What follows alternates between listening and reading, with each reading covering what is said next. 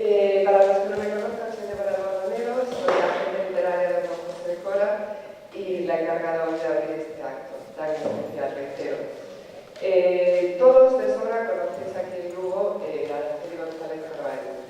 Esta es su novela, una novela en la que nos la presentan, pero de una manera muy especial. A José, de hecho, le pasó lo mismo, lo dice todos estos días a los compañeros de la prensa. La conocía de siempre, pero no hasta hace mucho que la descubrió en todo su esplendor. Y fruto de ello, pues tenemos primero Hitler, Garbo y Araceli, el documental, y ahora Les Estornuda la mariposa, la novela. Y como es una ocasión especial, porque estamos aquí en Lugo, donde ella nació, queremos que esta sea una presentación amena donde las haya, y vamos a tener una proyección de unos minutos de ese documental de Hitler, Garbo y Araceli, en el que muchos de los aquí presentes habéis intervenido, una producción que se hizo aquí en Lugo. Les dejo con ella y seguimos.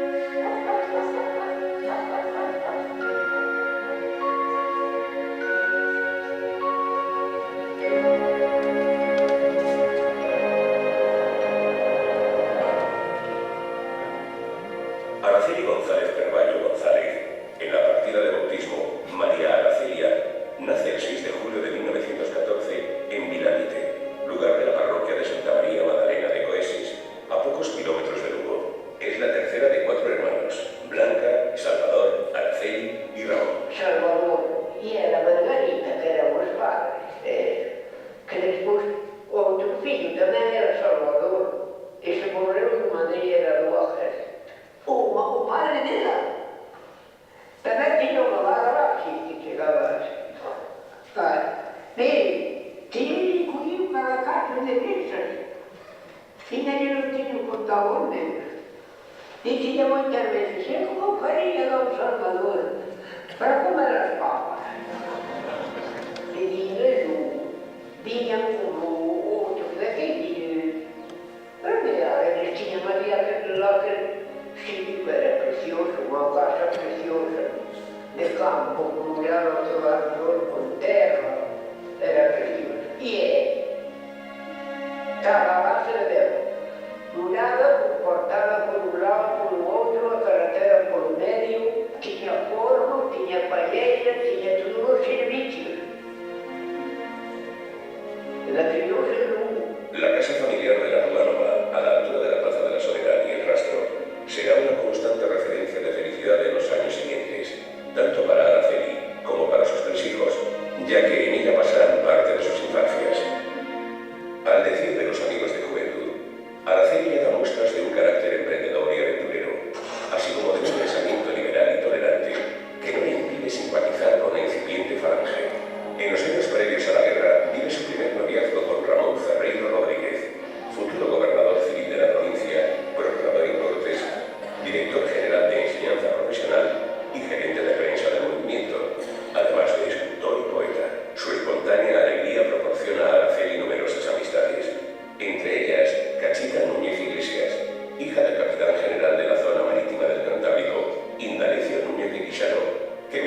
confianza para dictarle unas memorias nunca finalizadas. Lo que pasa es que ello, pues coincidimos, ligamos, teníamos las mismas inquietudes. Esto nos parecía que poniéndonos una bufanda el traje era otro, porque era en el 36, no había telas, no había trajes, entonces le dábamos la vuelta a las cosas y nos parecía que íbamos elegantísimas. Con la llegada de la guerra, Araceli participa como voluntaria en el recién inaugurado Hospital de Sangre de Santa María, que acogerá heridos del bando nacional. Araceli, en ese momento estaban organizando un hospital de sangre para los heridos de la guerra. Y a mí me tocó fregar una sala enorme, no había fregado en la vida. Al día siguiente ya no les fui. Fíjate de ti mismo. Pero Araceli sí, estuvo yendo una temporadita porque enseguida se fue para Burgos. Mamá en aquella época ya era una persona como muy con deseos de aventura, con deseos de salir de Lugo. Lugo era pequeño para ella.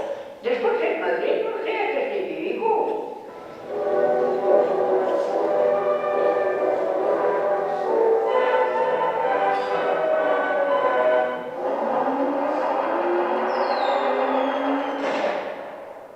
Mi madre fue una valiente, porque salió con 26 años de Lugo y se vio metida en un berenjenal, lo que implicaba la guerra civil española, la Segunda Guerra Mundial, todo de una vez, se alió con mi padre y adelante. O sea, yo creo que donde mi padre flaqueaba, mamá le ayudaba.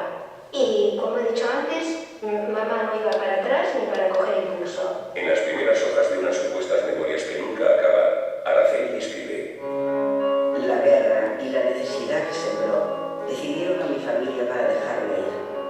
En Burgos me esperaba mi destino. Allí comienza mi vida.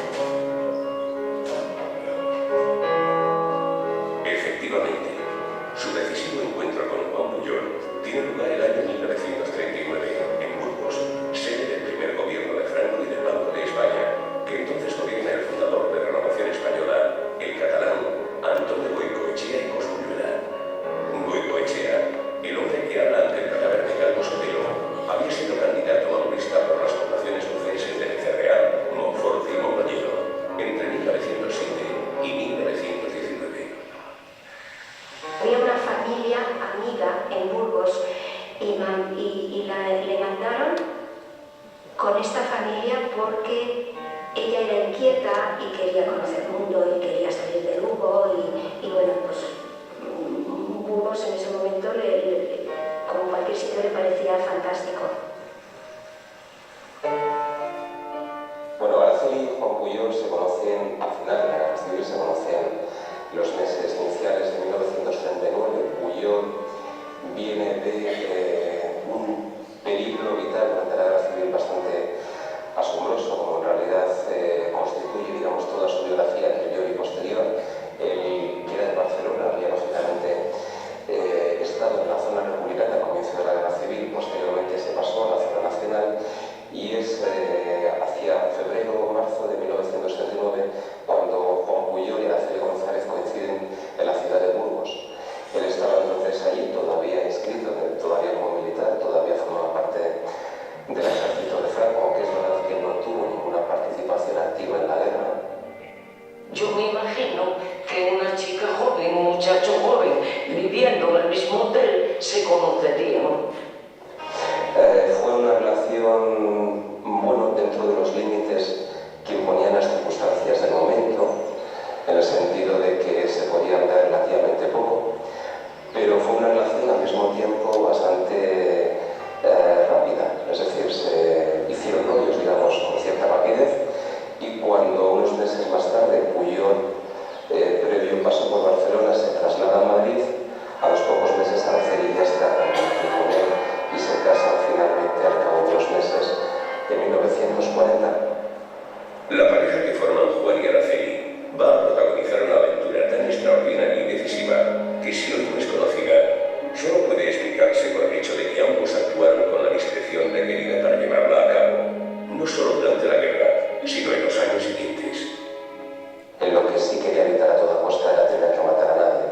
y en cierta medida eso explica también luego su actuación en la Segunda Guerra Mundial.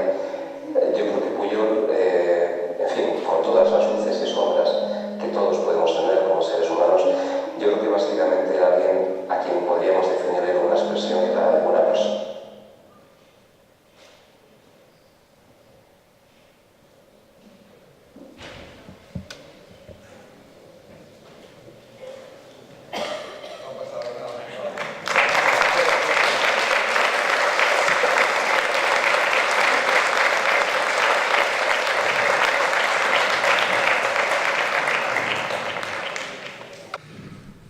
Decía que no hay ningún corte. Queríamos acabar un poquito antes, cuando llegan a Burgos, y dejar la presentación aquí. La intención, evidentemente, era hacer una introducción a este personaje, a Araceli, que es, en gran medida, pues, la protagonista de la novela, del estornudo de la mariposa. Muchos de ustedes no solo colaboraron en la realización de este documental que emitió Televisión de Galicia en 2009 y ayer por la noche otra vez, sino que también lo pudieron ver en el estreno en la Diputación cuando se hizo en ese año. Bien, el personaje que me inspira la novela, más que Juan Pujol, esta lucense extraordinaria, que está todavía hoy por descubrir, en gran parte, porque ella misma fue lo que decidió en vida cuando tuvo oportunidad de contar su historia, cuando tuvo oportunidad de ufanarse y de presumir de lo que había hecho, prefirió el anonimato, prefirió mantenerse absolutamente en el desconocimiento de los españoles, alejada de los medios de comunicación, porque, y esa entra dentro de las especulaciones más que de la historia, yo estoy convencido de que ella mantuvo una actividad cercana a las relaciones públicas, a la colaboración. Sería difícil establecer exactamente el papel que desarrolló con la Embajada norteamericana en Madrid. Esa es la razón principal de por qué Araceli sigue siendo hoy un pequeño misterio.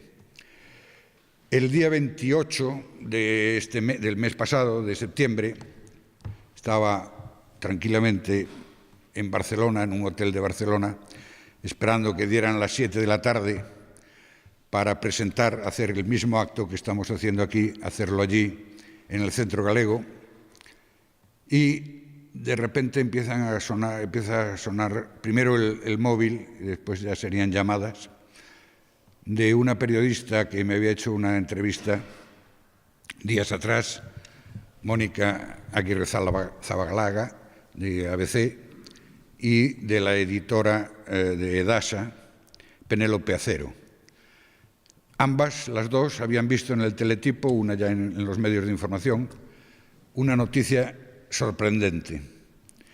Los archivos nacionales de Gran Bretaña, llamados los archivos de Kew, porque se encuentran en ese barrio de Londres, acababan de desclasificar los papeles secretos que avalaban no solo la actividad de Garbo durante los años previos al desembarco de Normandía, sino también la de Araceli, su mujer.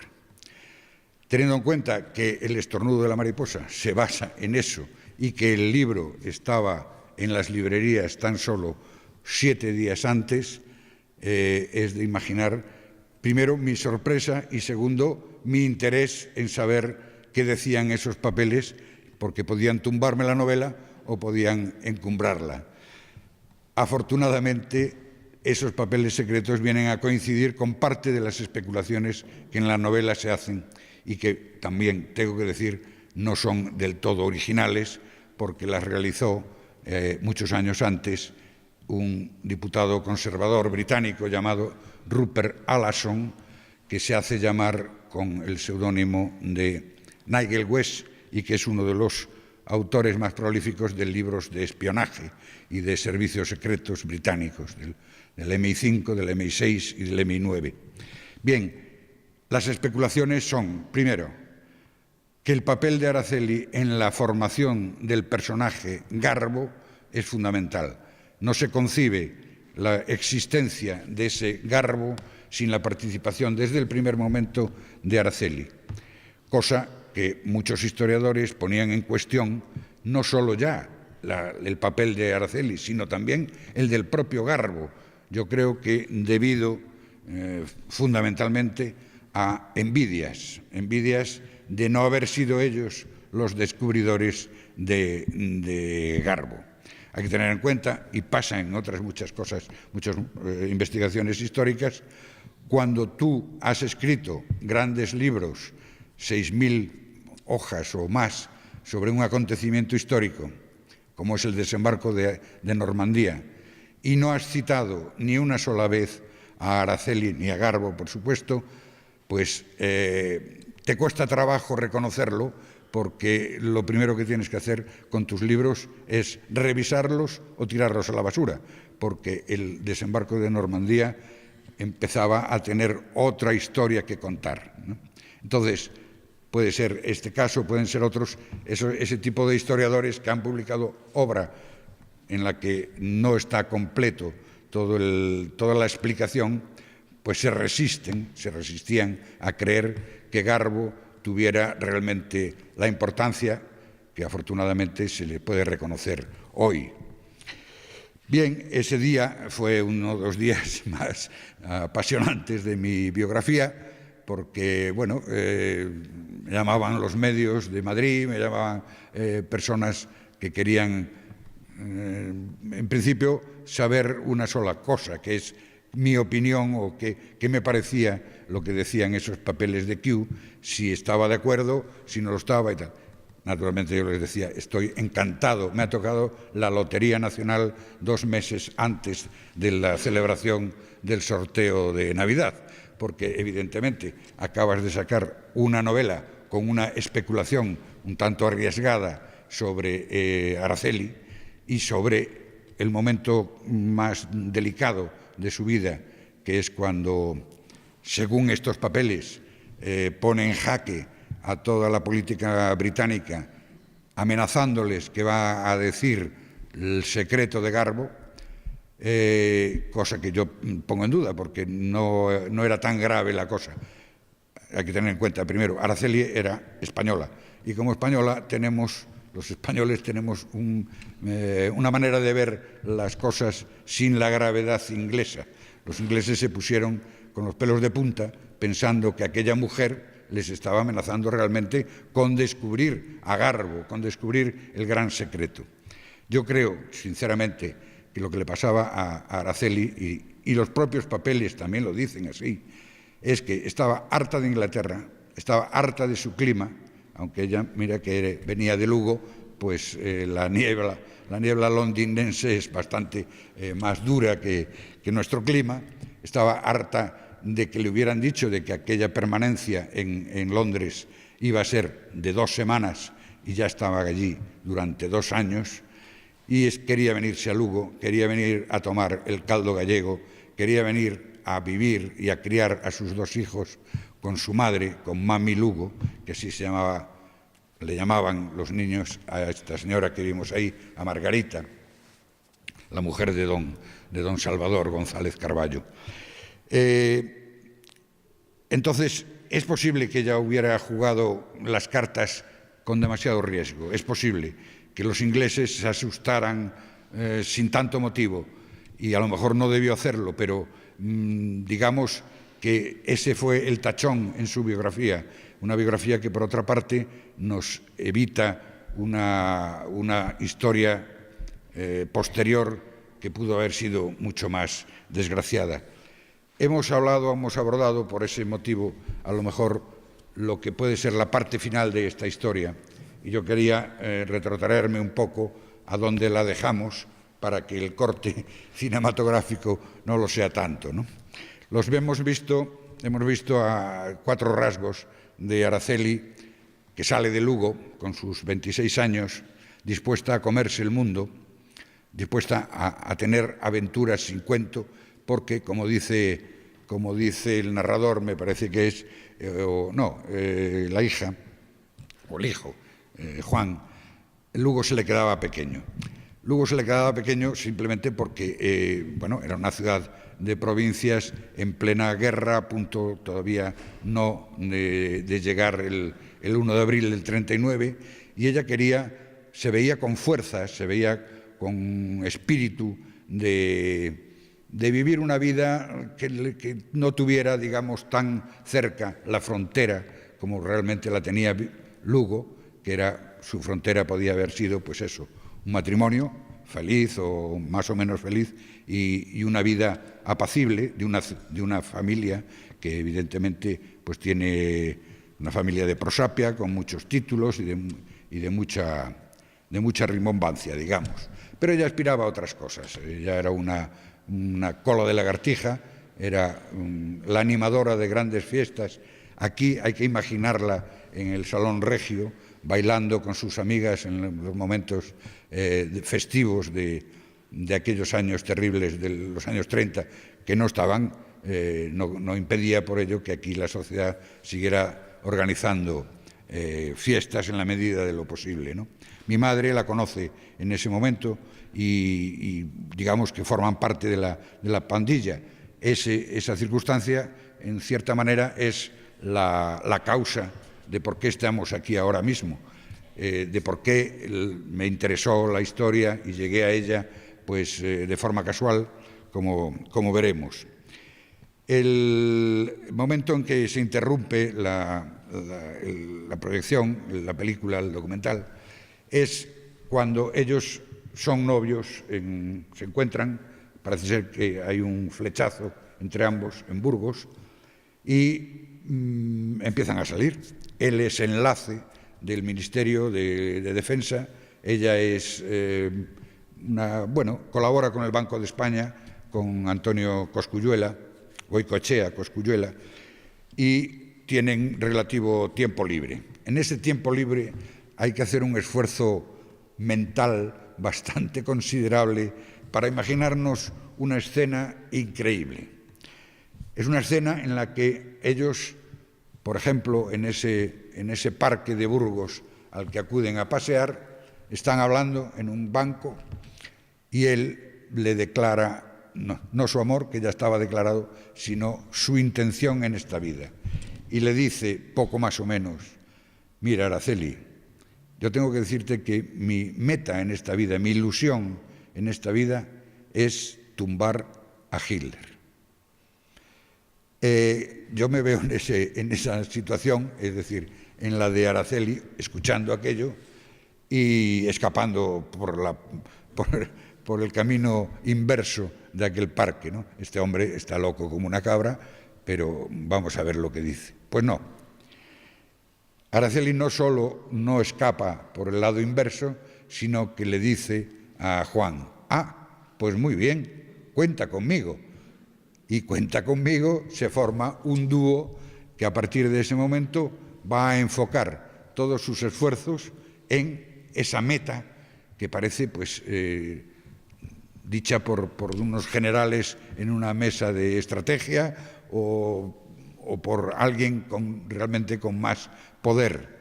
Ahí radica la clave del título, que la podemos destripar aquí sin ningún problema. Es decir, el estornudo de la mariposa quiere significar el poder que tiene un individuo, un solo individuo, frente a un organismo tan poderoso como era en este caso el Tercer Reich, un organismo político, económico, militar, de tal calibre que está dominando Europa. Francia ya ha caído en su poder y les queda, entre España, que se mantiene dubitativa y bastante cercana a sus posicionamientos, aunque no directamente, Italia absolutamente entregada y otros países dominados por el ejército, tiene como único objetivo, como principal objetivo, Inglaterra. Inglaterra está resistiendo y Estados Unidos todavía no ha entrado en guerra. Si cae Inglaterra, la guerra sería Europa-América con la pelota en el tejado y sin saber muy bien a qué lado podría haber caído, ¿no? Entonces, después de esa escena increíble, los dos personajes deciden a continuación ver cómo materializar esa ilusión de Juan, ¿no? Y deciden presentarse en primer lugar en la Embajada Inglesa de Madrid. Lo hace Araceli, no lo hace Juan. Va Araceli a entrevistarse le pasan con un funcionario del Foreign Office al que le cuenta que son un matrimonio normal y corriente que quiere acabar con Hitler. Y le dice el funcionario, pues muy bien, es una meta muy loable y digna de todo encomio, ¿no? Entonces, ¿qué podemos hacer? Y dice el funcionario, pues mire, en primer lugar, si quieren pueden alistarse en el ejército. Ahí están nuestros jóvenes, están en los distintos frentes europeos luchando contra el nazismo, pueden alistarse. No, mi marido ya estuvo en los dos ejércitos, como es cierto, estuvo primero en el republicano, desertó y después estuvo unos meses en el nacional y no quiere saber nada con armas, ni empuñar un rifle, ni nada de esto. Y yo tampoco, dirá Araceli, ¿no? Bueno, pues entonces pueden donar dinero. Y no, dinero no tenemos, malamente podemos donar. Pero entonces, ¿qué quieren hacer? Y dice, pues no lo sé, lo que ustedes nos digan, lo que haga falta, labores de prensa, si quieren información de determinados organismos, si quieren que nos infiltremos en lo que digan, lo que sea. Entonces el hombre del Foreign Office empieza ya a ver aquello turbio y no le gusta. Y digo, bueno, váyase, ya le daremos alguna contestación. Le pasa un informe, hay un informe que no sé si está entre estos papeles desclasificados de Q o no, pero el tipo escribe un informe que pasa a Londres, y Londres lo leen con mucho cariño, pero le dice, mire, a estos, si vuelven por ahí, les dan portazo porque están como cabras. Es decir, no le hagan ni puñetero caso. Y dice, vale, muy bien. Llega la negativa a los Pujol, vivían en una pensión que se llamaba Gran Vía, en la Gran Vía, claro, en Madrid, y lejos de desanimarlos, como sería el caso en otros semejantes, en otros españoles o en otros novios, pues no, ahí todo lo contrario. Pujol se reafirma en su voluntad y dice, bueno, pues si no me admiten por la puerta delantera, voy a entrar por la puerta trasera. Vamos a entrar por la puerta trasera. La puerta trasera es, hay que interpretarlo así, la embajada alemana en Madrid. Entonces, a la embajada alemana llama por teléfono, y en este caso es él, y por casualidad le dicen que, bueno, casualidad o por necesidad, le dicen que el agregado militar con el que quiere hablar no está disponible, pero que llame mañana. Ese llame mañana para él es una puerta abierta. Dice, ya me están pidiendo que llame mañana. Es decir, entre otras cosas, era un optimista imbatible, ¿no? Solo dos palabras, él imaginaba, me están abriendo la puerta de la embajada. Y naturalmente, llama mañana. Y lo primero que dice es, llamé ayer y me dijeron que llamara hoy, lo cual es una manera de entrar muy eficaz en los organismos, ¿no? Me dijeron que llamara hoy. Ah, pues sí, ahora le paso. Claro, el telefonista de la embajada diría, pues le dijeron que llamara hoy, a este tipo le paso al agregado militar. Y el agregado militar, claro, lo escucha con mucho asombro, todo su argumentario, que es, soy español, soy de Barcelona, estoy casado, soy nazi convencido, creo que el futuro del mundo pasa por el nazismo, Adolf Hitler ha de ser el Führer de todo el mundo. Le lanza allí un discurso impresionante de fe en el nazismo, ¿no? Y el otro, pues le dice, muy bien, y que quiero colaborar con ustedes, mi vida no tiene sentido si no colaboro.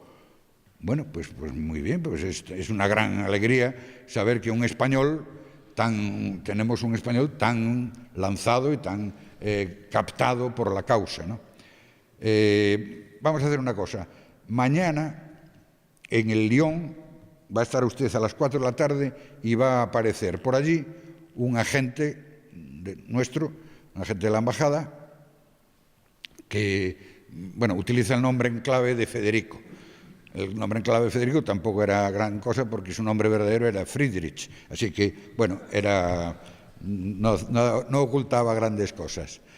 Y habla con él y ya tiene una conversación con él, y así es. Entonces Juan habla al día siguiente, se entrevista con Federico, y tienen la primera de unas 7 u 8 conversaciones que curiosamente las tienen en distintos bares de Madrid que van desde Cibeles hasta la Puerta del Sol. Van avanzando, es como un camino hacia el sol. Cada tarde quedan en uno distinto de los cafés, bares, cafeterías, sobre todo que había y que hay. No sé si alguno el Lyon, por ejemplo, se mantiene, ¿no? Cervecería. Y, por cierto, que allí es donde nace, a muchos les sonará, La Ballena Alegre, que era una revista falangista de aquel momento, que después derivó también en una revista juvenil. Bueno, en ese escenario es donde Federico se entrevista con Juan y se celebra la primera entrevista. 1, 2, 3, 4, 5, y ya llega un momento en que Federico lo que transmite a la embajada, al embajador, claro, tenemos ahí un tío que, bueno, está entregado a la causa más que la madre del Führer, si existiera. Hay que hacer algo con él. ¿Y qué hacemos? ¿Qué le mandamos? Entonces, al superior de Federico, a un tal Kuntenthal, que llevaba más tiempo en la embajada que este otro, que acababa prácticamente de llegar, se le ocurre una gran idea, que es, vamos a ver, mira, tenemos aquí una oportunidad. No tenemos agente en Londres y lo necesitamos. Claro, Londres es una plaza importantísima para nuestros futuros planes de invasión. Dile que si se hace con unos papeles, que son el visado, pasaporte, no uno normal, es decir, necesitaban un pasaporte especial para poder entrar en Londres en esas circunstancias, porque Londres, entre otras circunstancias calamitosas, en ese momento es bombardeado día, tarde y noche. Es una ciudad muy peligrosa, como pueden ustedes imaginar. Entonces, dile, si se hace con esos papeles y logra meterse en Londres, lo aceptamos de mil amores, porque nos viene al pelo. Entonces, así se lo comunica Federico a Juan, y Juan, lejos de verlo como una cosa imposible, dice, coño, me han abierto ahora ya las puertas de par en par. Es decir, solo con llevarles el visado ya nos hacemos agentes secretos de Alemania. Entonces, hay un otro episodio que debería contar, pero se nos hace un poco largo la historia. El caso es que, porque hay unas princesas Borbón que quieren comprar whisky, está en la novela, así que se lo dejo para la novela. El caso es que el tipo don Juan Pujol, se va a Portugal y allí ve una oportunidad de hacerse con esos papeles. No nada concreto, pero dice, aquí hay... Lisboa en aquel momento es una ciudad muy cosmopolita, porque los ricos de Europa, absolutamente toda la gente con posibles, va a Lisboa con la intención de comprar un pasaje y volar hacia América. Era el puente, la ciudad de la que salían más vuelos hacia América de Europa en aquel momento. Evidentemente, de todo el continente, de pocos sitios podían salir, únicamente de Inglaterra era la competencia. Entonces, allí Estoril era un nido de espías y un nido de ricachones, y había mucha gente, y españoles en concreto, que estaban esperando que quedaran plazas libres en los aviones que salían de cara pues, a Buenos Aires, Brasil y todo por ahí. Entonces conoce a un gallego que está en esas circunstancias, se llama Sousa, y que tiene los papeles en regla, tiene todo en regla, podría entrar en Inglaterra si quisiera esa misma tarde. Y claro, ya le hace la pelota, van a jugar juntos a Estoril, ganan a la ruleta algunas veces, van a otros bares de peor nota, de nota regular y de nota muy mala. El caso es que hacen vida social juntos hasta que en un hotel de Estoril Juan ve la oportunidad de dejar a Sousa jugando a la ruleta y él marchar a la habitación del hotel, que por cierto habían cogido la misma habitación para ahorrar. Juan era catalán y además no andaban las cosas muy sobradas de dinero. Bueno, entonces va a su habitación, revuelve allí en la maleta de Sousa y le hace unas fotografías a los papeles, encarga en el propio Lisboa a unas imprentas que le hagan una reproducción haciéndose pasar él por funcionario de la embajada. Total, que se apaña allí unos papelitos estupendos, tan estupendos, que cuando regresa a Madrid se los presenta a Federico y le dice: mira, aquí tengo el visado, aquí tengo el pasaporte, ya puedo entrar en Londres. Y Federico se los lleva a la embajada, se los lleva a Cuntental, los miran por arriba, los miran por abajo y les dan el visto bueno. Dice: pues es evidente que este hombre puede entrar en Londres. Pues, ¿y qué hacemos? Pues admitirlo. ¿Qué vamos a hacer? Ya no ha superado todas las pruebas, se ve que el tío se maneja bien, lo que sea, pum, pum, le hacen, evidentemente, le hacen un interrogatorio, eso ya se lo habían hecho antes, ¿no? Le hacen un profundo interrogatorio para descubrir si allí pudiera haber pues un personaje extraño, un hombre mandado por los ingleses o tal. No ven nada porque realmente, bueno, Juan supera todas las pruebas, es un mentiroso profesional que sabe qué se trae entre manos, ¿no? Y a partir de ese momento, entonces, lo que pasa es ya entra en una fase de adiestramiento. Federico es el encargado de enseñarle, primero, el manejo de la tinta invisible, que es indispensable para un mandador de mensajes ocultos. La tinta invisible se escribe entre los renglones de una carta normal: hola mamá, estoy en Londres, mándame dinero o mándame un bocadillo de jamón, ¿qué tal? Y en medio de esas líneas le dice, pues tantas fragatas acaban de salir del puerto de tal y tanto, la información que sea.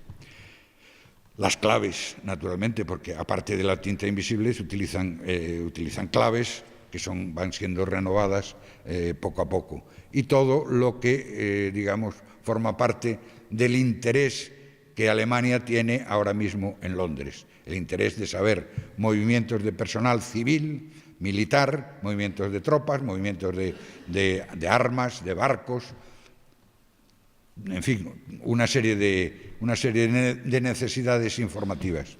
Y es más, en ese momento el propio Federico le dice: claro, que tú solo allí, tú solo en Londres, vas a tener dificultades para tener información de todo esto. Lo mejor que podías hacer era ir creando una red de espías que tú controles y que estén en distintas ciudades, ¿no? Tenemos algo en la costa este, algo en Liverpool, algo en tal otro. Claro, aquello Pujol le destroza porque él no pensaba ni mucho menos tener ese tipo de colaboradores, pero después le va a dar la vuelta y va a sacar gran rendimiento de esa sugerencia, ¿no? Entonces, tenemos en ese momento a Araceli en Lugo. Está con su madre y está a la espera de las noticias que Juan le pueda decir de su entrevista. Llega Juan y le dice: Araceli, querida, somos agentes secretos alemanes. Con gran alegría, porque, entre otras cosas, eso le supone un sueldo considerable. No tenían prácticamente dinero, él era gerente de un hotel en Velázquez, en la calle Velázquez, el Majestic, que había quedado muy deteriorado después de la guerra, no existe hoy. Existió, se acabó, desapareció como hotel. Perdón. y por eso tenía un sueldo realmente muy bajo, ¿no? Pero ya antes de salir ya le dan una fuerte cantidad de dinero para el viaje, para los primeros gastos, para el alquiler de la casa allí, en fin, iba sobrado de dinero. Y claro, dice, pero claro, Londres es que menuda ciudad, está bombardeada y tal, y tal, la Araceli se resiste un poco a aquel plan. Y le dice Juan, no, pero no te preocupes, no vamos a ir a Londres, vamos a Lisboa, que es una ciudad mucho más tranquila, más bonita y sin bombardeo. Y dice, ¿pero qué hacemos en Lisboa? Y dice, vamos a ver, razona. Yo, ni tú, ni yo, vamos a espiar jamás nada para los alemanes. Vamos a mentirles. Y entonces, ¿qué más da mentirles en Londres que mentirles en Lisboa? La cosa está clarísima.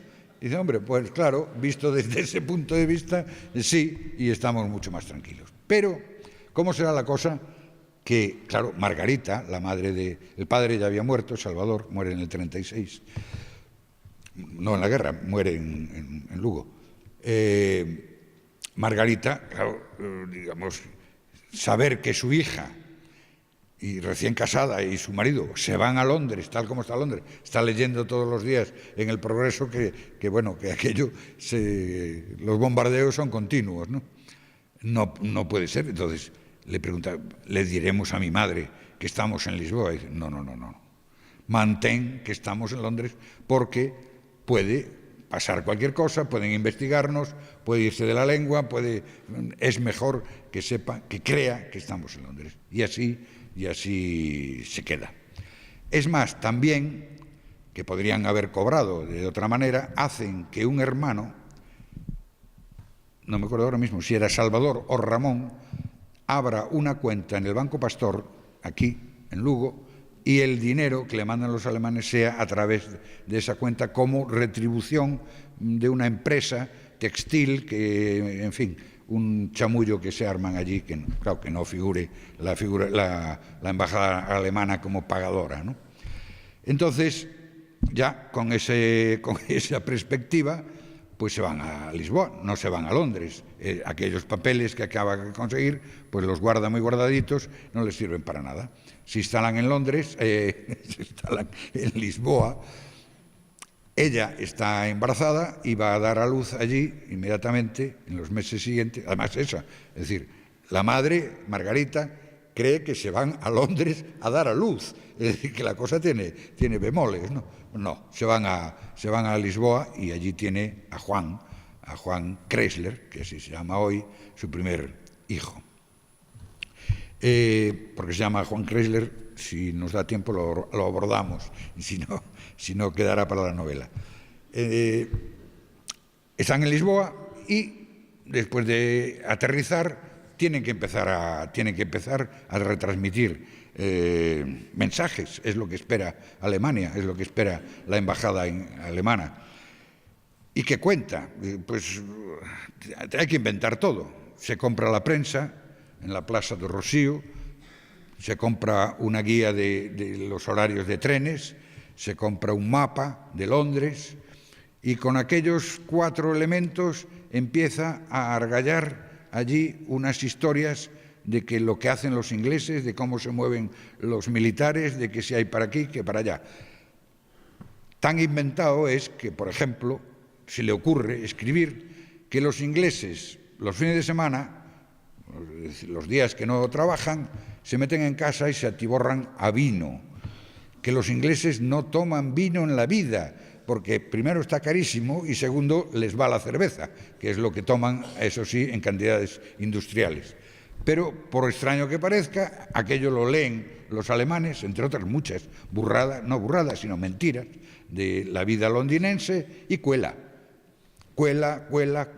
hasta un año está con esas mentiras. Cuando me preguntaron ahora en una entrevista cómo, yo le decía, mira, ni Juan ni Araceli fueron espías, ni mucho menos agentes dobles. Lo suyo era un molde que se rompió después de ellos, no ha habido otro caso semejante. Dice, entonces, ¿cómo los definirías tú? Y no lo había pensado, pero afortunadamente vino un pajarito a decírmelo, y yo creo que les ajusta muy bien. Es decir, ellos fueron unos ilusionistas, unos magos.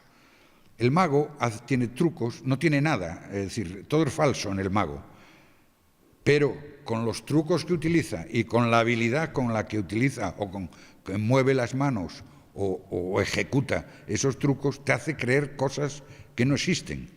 Y pues ellos hicieron lo mismo, es decir, sin nada en la mano, sin nada de valor, sin una sola línea de información buena, fetén, que les sirviera para algo a los alemanes, estuvieron creando un mundo ficticio, un espejismo que coló, que la embajada alemana en Madrid lo tuvo como cierto. Lo tuvo como cierto ellos y lo rebotaba a Berlín para que lo leyera Hitler y sus generales y lo creyeran cierto. Es decir, solo este concepto es increíble, es realmente, no me extraña que algunos historiadores lo tumben porque un señor metidito en su casa de Lisboa, allí inventando día tras noche todas las cosas, pues es difícil de creer. Más difícil de creer, o tanto, es que un buen día, cuando ya están un poco desesperados porque ganan mucho dinero, pero no ven futuro a aquello, van a seguir mintiendo a Alemania hasta la consumación de los siglos. ¿Para qué? ¿Qué consiguen con ello, aparte de ganarse la vida? No parece que Hitler esté muy preocupado. Es más, Hitler está encantado con aquel supuesto agente que tiene en Londres, ¿no? Entonces piensan irse a Brasil. Y Araceli, aquí es otro de sus actuaciones fundamentales, dice, no, bueno, antes de irnos a Brasil, déjame intentarlo por última vez delante de la embajada norteamericana, porque América ya había entrado en esos momentos en la guerra, ya se había producido el bombardeo de Pearl Harbor y ya estaba implicada. Déjame intentarlo por última vez y si no lo conseguimos, pues nos vamos a Brasil. Entonces, 2 días antes, Pujol, que para los alemanes no era Garbo todavía, Garbo no existía como seudónimo, era Alaric recordando al rey al rey godo que invade y destruye Roma. A lo mejor pensando en eso, querían que su Alaric destruyera Londres y entrar victoriosos los nazis en Piccadilly Circus. Decíamos, Alaric manda una nota falsa, como todas las anteriores, en la que informa que un convoy de naves ha salido de un puerto británico con destino a la isla de Malta y que lleva tropas, que lleva armas, que lleva lo que se le ocurrió en aquel momento. Y ese mensaje es interceptado por Madrid, produciendo una alarma grandísima, porque ya no era tanto la información que decían, porque coincidía con que un convoy, lo cual es muy normal, un convoy naval haya salido de Inglaterra hacia Malta, pues llevando provisiones o llevando alimentos o llevando armas o lo que fuera. Sino que lo que venía a demostrar ese mensaje es que los alemanes tenían un hombre en Londres. Eso era lo grave. Hay que interceptar, hay que neutralizarlo, hay que acabar con este hombre porque nos puede hacer aquí un desaguisado. Entonces Madrid está de los nervios. Y en ese momento le comunican, llega Araceli a la embajada norteamericana, les dice, mire, yo soy la señora esposa de Alaric, que es un agente secreto alemán, y que llevamos 1 año informando a los alemanes desde aquí y venimos ofreciendo nuestros servicios a ustedes y no nos hacen ni caso, que nos hagan caso. Pero esta mujer, si antes pensaban que estaban loca, ahora está rematadamente loca. En Lisboa, diciéndoles eso en Lisboa. Entonces, el funcionario de turno norteamericano saca un centavo de su bolsillo, que en la película lo hace Manolo Romay, y tira el centavo en la mesa y le dice, mire, su información es esto lo que vale, su información. Nada, 10 centavos. Y Araceli dice, bueno, pero y aún seguimos con estas. Se levanta con un cabreo de 1000 pares de estallo y se larga. Pero, hete aquí, que afortunadamente de esta conversación se hace el correspondiente informe y va el informe a Madrid. Entonces en Madrid lo leen y dice, una señora que dice ser la mujer de Alaric vino el otro día a presentarse ante nosotros y a ofrecerse para lo que queramos y tal. Lo lee Madrid y dice, ¿cómo? La mujer de Alaric. Pero esta señora tiene que saber algo, porque Alaric no es un nombre que se invente así como así. Y acabamos de coger un mensaje, de captar un mensaje que firma Alaric. Cojan a esa señora e interróganla de arriba abajo hasta que suelte la gallina por activa y por pasiva. Y así, afortunadamente, con esa casualidad, logran averiguar que Juan Pujol y Araceli González Carballo están trabajando, entre grandes comillas, comillones diríamos, para los alemanes desde hace más de un año y que los tienen ahí para lo que gusten. Claro, no les entraron en la cachola, pero dice, vamos a ver, pero ustedes ¿desde dónde transmiten? Dice, desde Lisboa. Dice, pero ¿y qué información les mandan? Información de Londres. Pero si no sabemos nada, no sabíamos nada, todo es falsa, todo es falso, todo lo imaginamos aquí. Pero bueno, ¿qué me dices? Bueno, no cuesta trabajo creérselo también, pero lo reconocen, acaban reconociendo. Eso es así. Y como tal es así, les hacen otros cursillos, digamos, los reconvierten, se los llevan lo llevan a él primero en un avión a Londres y días después a ella, con la promesa de que van a ser muy pocos días, 2 o 3 semanas. La cosa se alarga bastante. Entonces ahí es donde nace realmente Garbo. Pero al mismo tiempo muere ese equipo que formaba con Araceli. Ya no necesitan a Araceli. Ahora lo tienen a él, digamos, que es la conexión con los alemanes, y ahora le van a dictar a la oreja las mentiras.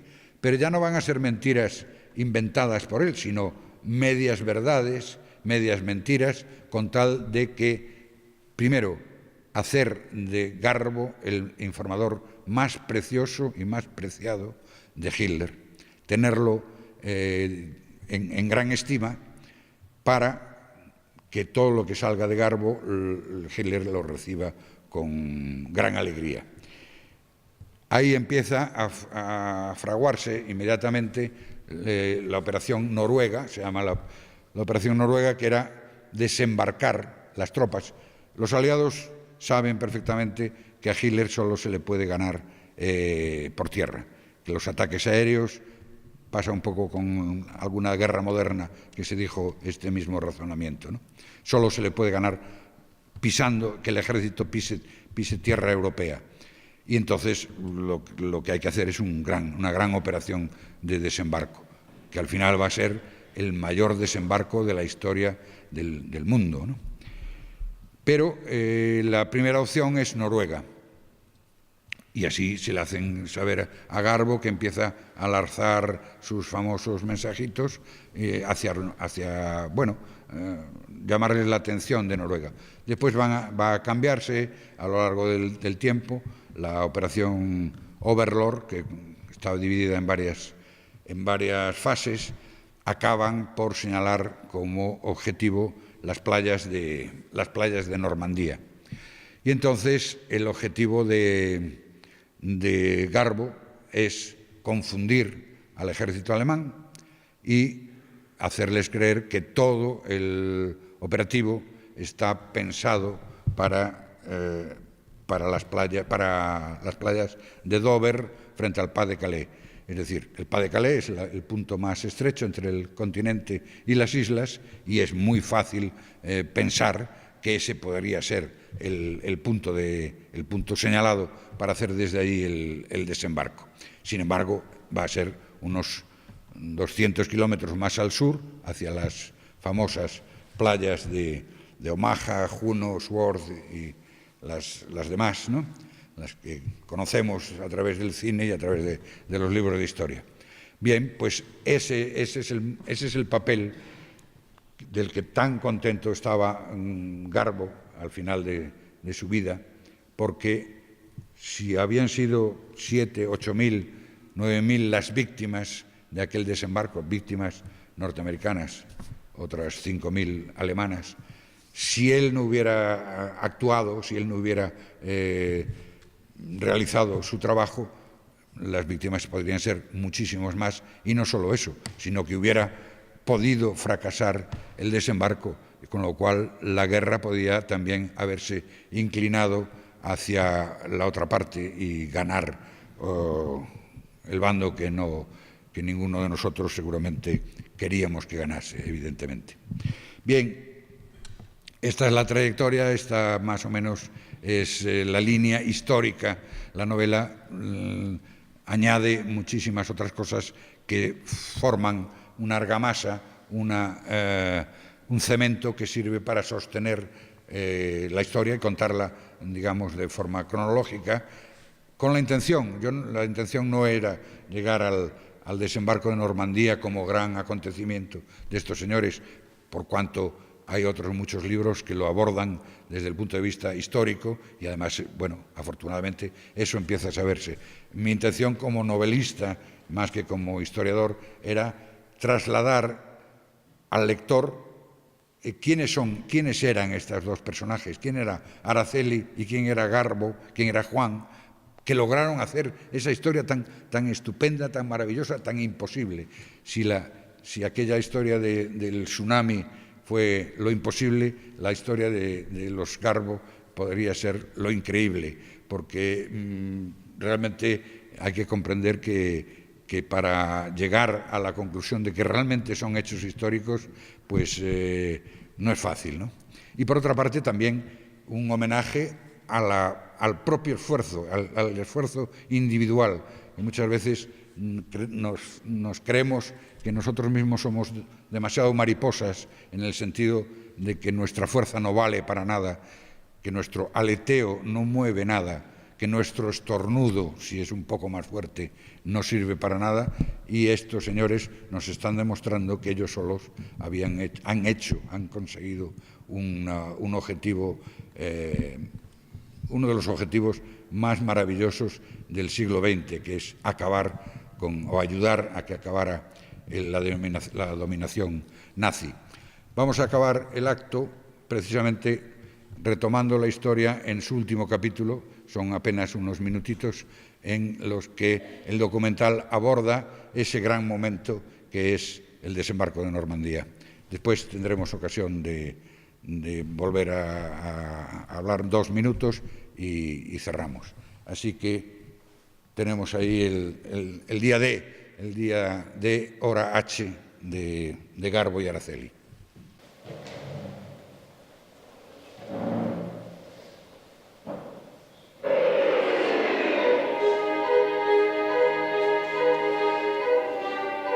La operación Overlord, la operación que fructificó en el desembarco de Normandía, fue la mayor desembarco anfibio de la historia militar y exigió un esfuerzo ímprobo de los 3 ejércitos que participaron en ella, del ejército norteamericano, del ejército canadiense y del ejército británico, supervisados por el comandante en jefe, que entonces era el general Eisenhower, y que al margen de lo que son los preparativos estrictamente militares, conllevó una operación de inteligencia que hasta entonces no había tenido precedentes en la historia de la Segunda Guerra Mundial.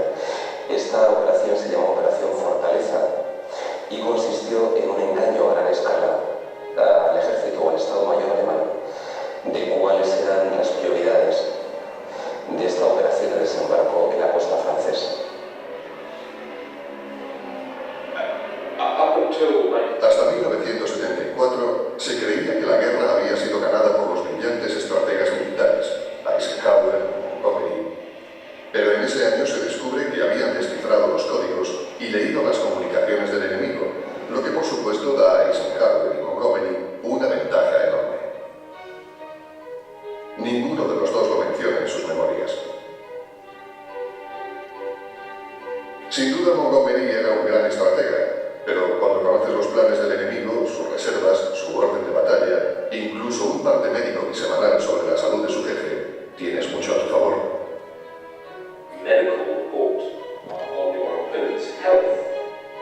Hay que tener en cuenta que los alemanes sabían perfectamente que la operación que el desembarco aliado en Francia estaba por llegar.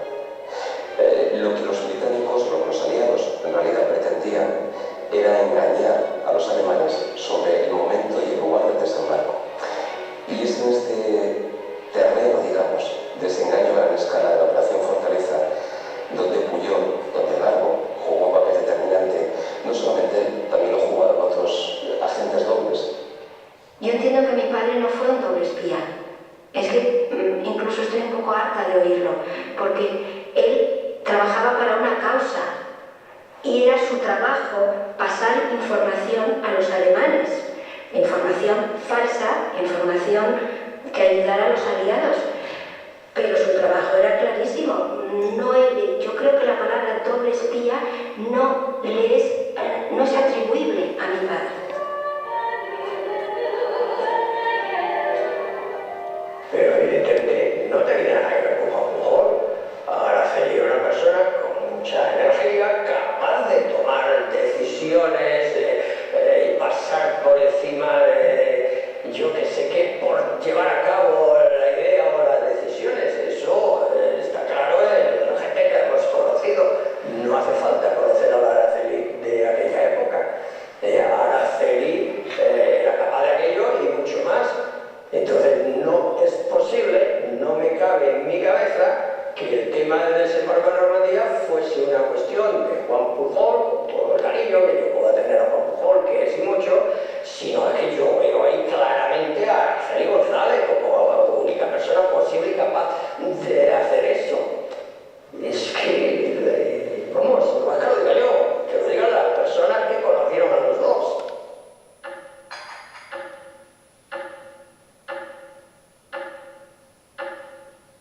Garbo desempeñó en las semanas previas al 6 de junio de 1944, al momento a la madrugada en la que se inició el desembarco en Normandía, un papel fundamental, haciendo creer a los alemanes que el desembarco se iba a producir en el Paso de Calais. El Paso de Calais es la zona más estrecha que separa Francia del Reino Unido y era la zona que geográficamente y estratégicamente parecía al principio la más adecuada para un desembarco de estas características.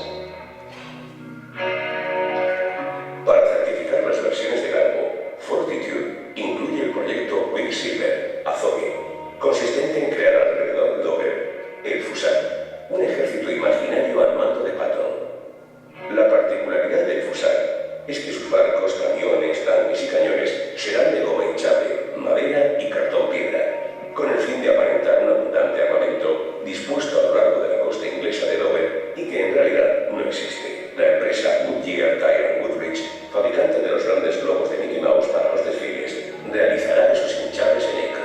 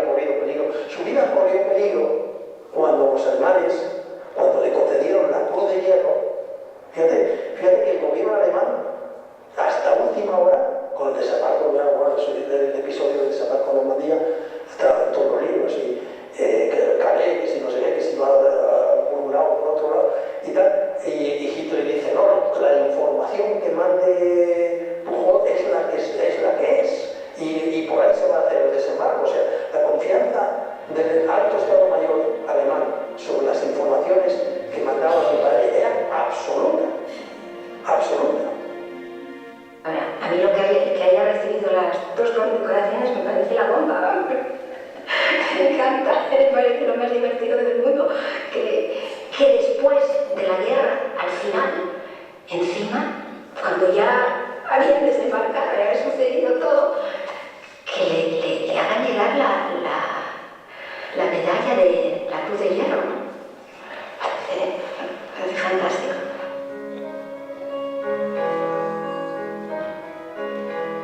Para mí es evidente, está claro, que la operación del desembarco de Normandía se hizo porque Juan Pujol tenía a Araceli y estaba sin Araceli no hay desembarco de la Normandía, vamos, eso lo tengo yo más claro que el agua.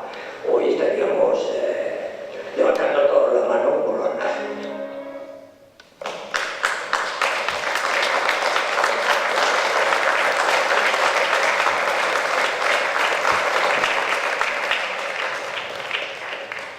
Bueno, esa es Araceli y ese es su trabajo y lo que ha conseguido. A los presentes, a todos, muchísimas gracias por su atención y lo que, bueno, no es cuestión de pedir nada, simplemente lanzar un deseo al aire. No estaría de más que Lugo la recordara de alguna manera y no señalo ninguna iniciativa concreta, sino que yo creo que una persona que ha conseguido lo que consiguió ella debe ser ejemplo y mirada por los demás. Muchísimas gracias, digo.